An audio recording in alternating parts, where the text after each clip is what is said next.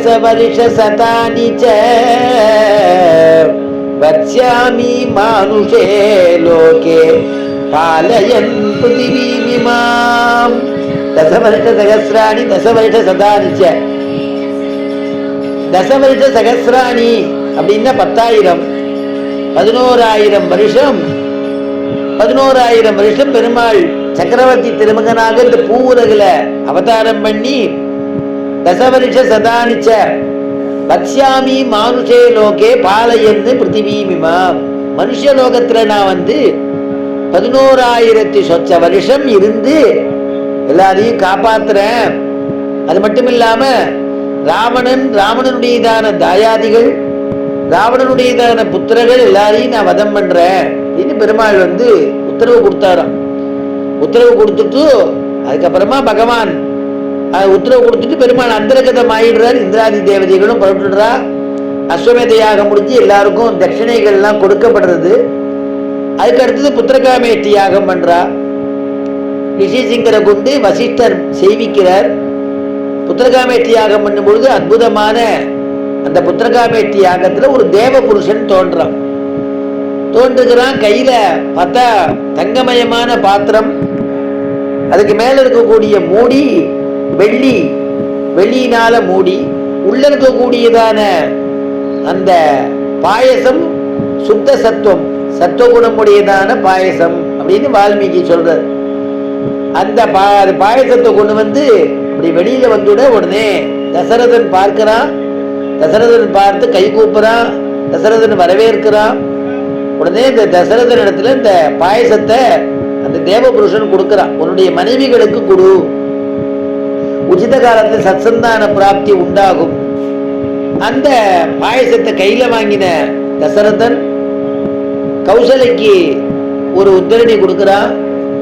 அதுக்கப்புறமா பக்கத்தில் இருந்ததான சுமித்திரைக்கு கைகேயிக்கு ஒரு உத்திரணி கொடுக்கிறான். சுமித்திரைக்கு ஒரு உத்திரணி கொடுக்கிறான். இன்னும் ஒரு உத்திரணி இருக்கு, மீதி இருக்கேங்கிறதுனால அந்த மீதி இருக்கிறது கடைசியில இருந்த சுமித்திரைக்கு மறுபடியும் ஒரு உத்திரணியை கொடுத்துட்டு வந்துடுறான். பகவானை நினைச்சிட்டு கொடுத்து முடிச்சுட்டு வந்துடுறான். உச்சித காலத்துல அவ அந்த பாயசத்தை சுவீகரிச்சிட்டதுனால உச்சித காலத்துல கர்ப்ப சின்னங்கள்லாம் ஏற்படுறது.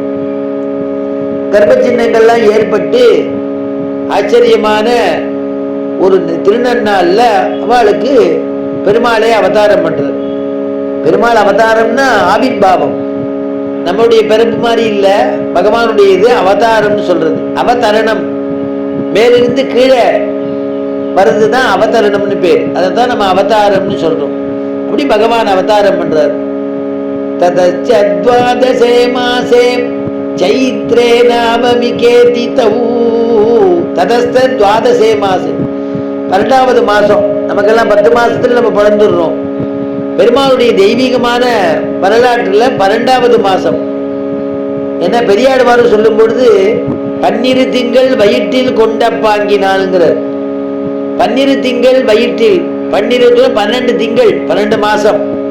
இங்கேயும் வால்மீகி சொல்லும் பொழுது ததஸ்ச துவாதசே மாசே சைத்ரே, இந்த சித்திர மாசத்துல நாவமிகே திதௌ, நவமிங்கிறதான ஒரு புண்ணியமான திதியில அபிஜித் முகூர்த்தத்துல நாமவீரான் அவதரிக்கிறாராம். ததச்ச துவாதசே மாசே சைத்ரே நாவமிகே திதௌ நக்ஷத்ரே அதிதி தெய்வத்யே சோச்ச சம்ஸ்தேஷு பஞ்சசு கிரகேஷு கர்க்கடே லக்னே வாக்பதாமிந்துநாசஹ போத்யமானே ஜெகநாதம் சர்வலோக நமஸ்கிருதம் கௌசல்யா அஜனயத்ராமம் சர்வலக்ஷண சம்யுதம் விஷ்ணோரர்த்தம் மகாபாகும் புத்திரம் ஐக்ஷ்வாகுவர்தனம் அப்படின்னு ராமாயணத்தினுடைய வால்மீகி ஸ்லோகம்.